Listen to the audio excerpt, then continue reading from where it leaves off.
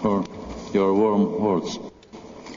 Ladies and gentlemen, it is a great honor to speak once again at this informal forum of people who are deeply concerned and invested in the future of their countries in search of the new. All virtue is summed up in dealing justly, said Aristotle. Pascal penned the passage, "Justice and power must be brought together, so that whatever is just may be powerful, and whatever is powerful may be just." Pindar once said that justice is the unshakable foundation of the state. And finally, in the words of Immanuel Kant, when justice disappears, nothing is left that could give value to the lives of people. I have quoted the words of these great thinkers because the theme I would like to discuss with you today is justice. In thinking about what binds us, since in reality we do not share a border with the European Union and our economies are not yet deeply integrated, I have reached the conclusion that the underlying process that connects us with the European Union is the construction of a just society. We believe that the European community is built upon a just foundation, which is the main reason why so many people aspire to live in Europe and why many developing countries strive to organize their societies and states in line with European models. Justice, however, is above all about values. We are now witnessing a major shift in the European system of values. While the traditional values still persist, priorities have begun to change.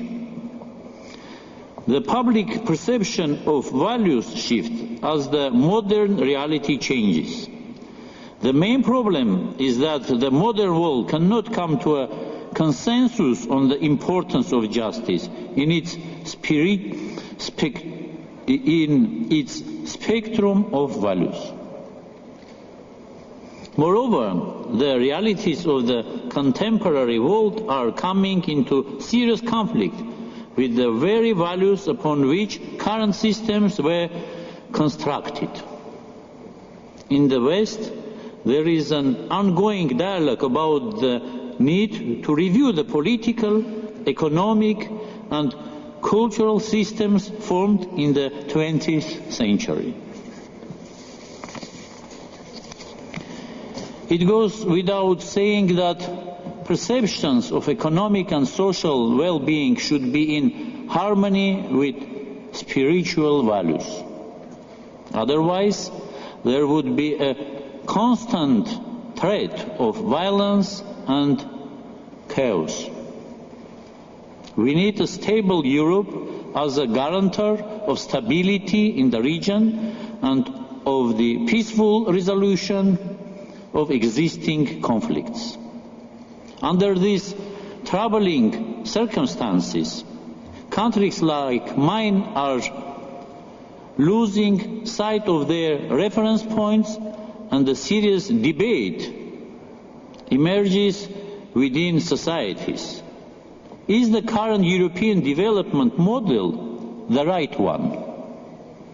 The question is complicated further because European values have not yet taken root in the minds of our citizens during this transition period. With a large gap between declared values and those that actually prevail in the minds of the public, creating groups find a platform to propose non-democratic, authoritarian models of development as an alternative of the Western paradigm. Today, more than ever, Europe must demonstrate its interest in the construction of just societies in our states. The legislation we enact in the context of harmonizing the national legal framework with European legislation, the institutions we built with your support, and the principles and standards of conduct that are adopted and promoted by our government are all aimed at building a just society. The signing of a free trade agreement will provide documentary evidence of Europe's trust in us, confirming that we are on the right track of building a just society. Justice will prevail. Today, more than ever, we all need our joint projects with the EU to yield tangible results, which will inspire the confidence of our citizens and support political institutions in the implementation of reforms aimed at the establishment of a just and democratic society. Armenia is gradually recovering from the global financial crisis. Our team has significantly boosted efforts in the implementation of joint projects aimed at creating new institutions, promoting good governance, and implementing European guidelines and standards. The technical assistance and direct budgetary support of the EU are absolutely essential in ensuring that these efforts are fruitful. We are looking forward to Europe's response to the challenges posed before all humanity in the 21st century. The fundamental values and ideals to which we aspire must be reconsidered. We are now facing the real threat of relativism and excessive conservatism, moving from a secular model to a confessional one. If we do not update our ideals, it will be impossible to accomplish a sense of justice. Today, more than ever, we need to develop a common platform upon which to build our vision for the future of Europe. We need to move to the next level of interdependency.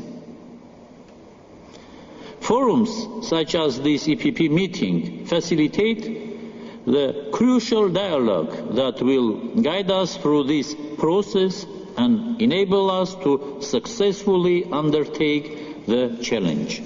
Thank you very much for your attention.